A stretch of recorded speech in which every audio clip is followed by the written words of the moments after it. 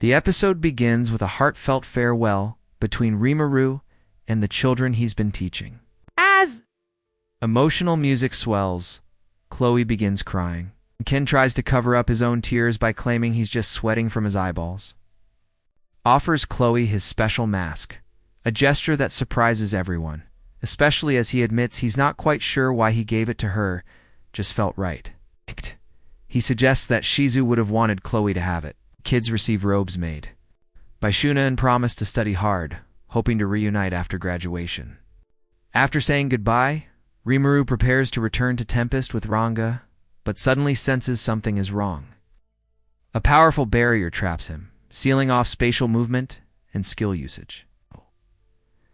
Zoe, his body double, is injured and warns him of enemies. Before fading, Rimuru realizes the barriers are designed to target him and suppress his power. He's confronted by Hinata Sakaguchi, a powerful knight of the Holy Empire, who accuses him of killing Shizu. Despite Rimuru's attempts to explain, Hinata refuses to listen and attacks with a deadly technique that strikes his spirit directly. With limited strength, Rimuru struggles to hold his ground. Hinata reveals her sword, Dead-End Rainbow, which guarantees death on the 7th strike. Rimuru attempts to counter with Ifrit's power, but Hinata uses her unique skill, Usurper, to steal abilities. Realizing he has no other choice, Rimuru activates his last resort as both prepare for a final, decisive attack. The episode ends with Rimuru falling into darkness.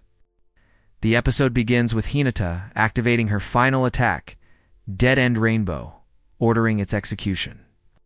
But Rimuru manages to survive.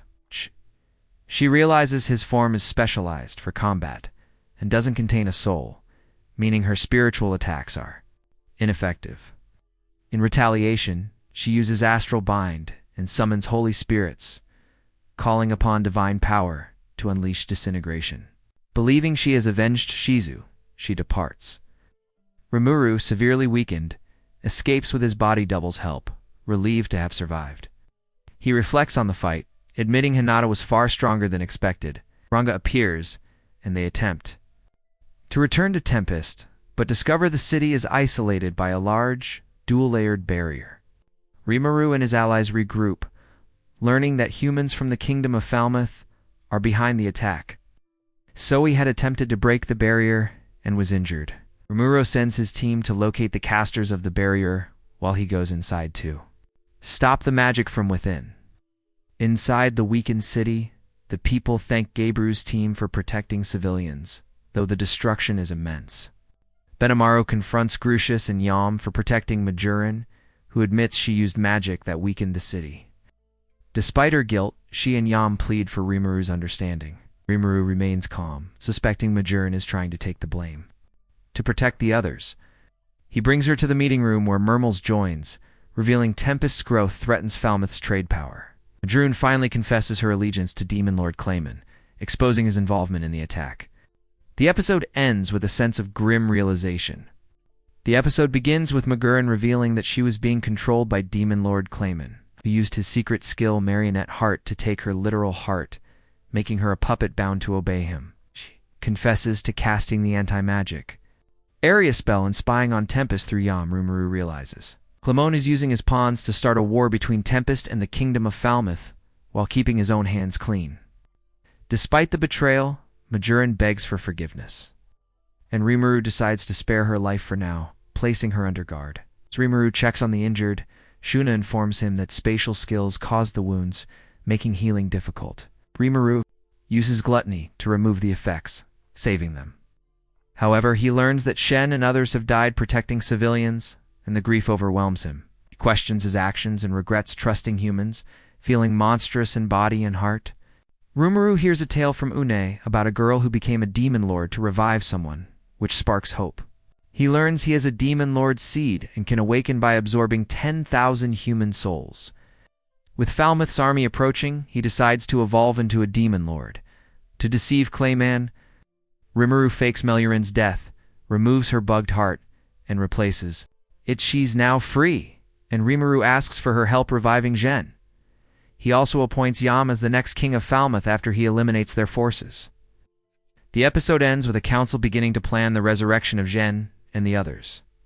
The episode begins with Rimuru calling a meeting to discuss two important matters: how to deal with humans going forward and the resurrection of Shen and the others.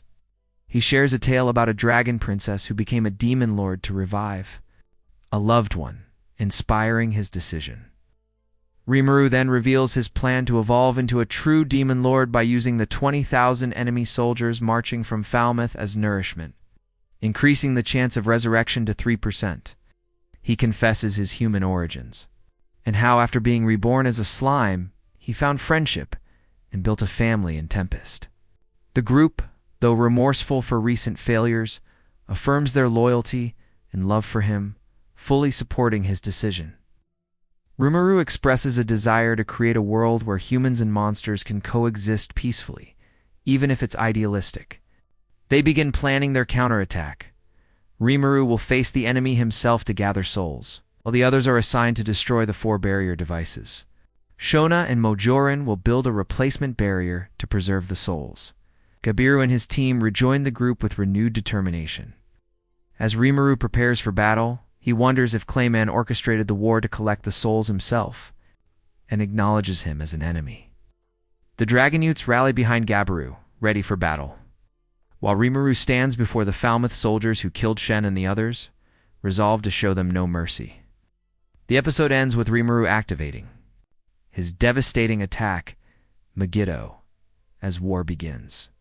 The episode begins with soldiers from Falmouth arrogantly discussing Tempest, thinking only of treasure and women, unaware of the storm about to hit them. Rimuru watches from above, recalling how these same men killed Shen and the others. With no forgiveness in his heart, he begins his assault, wiping out groups of enemies with precision and fury. Gabiru and the Dragonutes launch a surprise aerial strike, proudly declaring their strength, while Soi's unit also reports success, confirming the other worlders are located in the western camp. As the allied forces grow uneasy, Hakuro and the others engage their enemies. Ij fights sharp and swift. Kabel defeats his opponent with his rot-based skill, and Hakuro uses strategy to trick and destroy his adversary with his swordsmanship. Meanwhile, the traitorous Shogo kills his own comrade, Kia, to obtain a new skill called Survivor, showcasing enhanced defense and regeneration. Gabble confronts Shogo and overpowers him despite the latter's boasts, ending the battle decisively. As the magical barrier devices around the city are destroyed, Rimuru prepares for his evolution. In a twist, it's revealed that the enemy mage, Razan, has taken possession of Shogo's body and reports his new strength to the king. Back on the battlefield, Rimuru activates Megiddo, a powerful spell using controlled droplets of water as deadly projectiles. The enemy army is trapped within the anti-magic field, helpless as they are decimated. As the death toll rises into the thousands, the stage is set for Rimuru's transformation. The episode ends with the promise of the birth of a demon lord.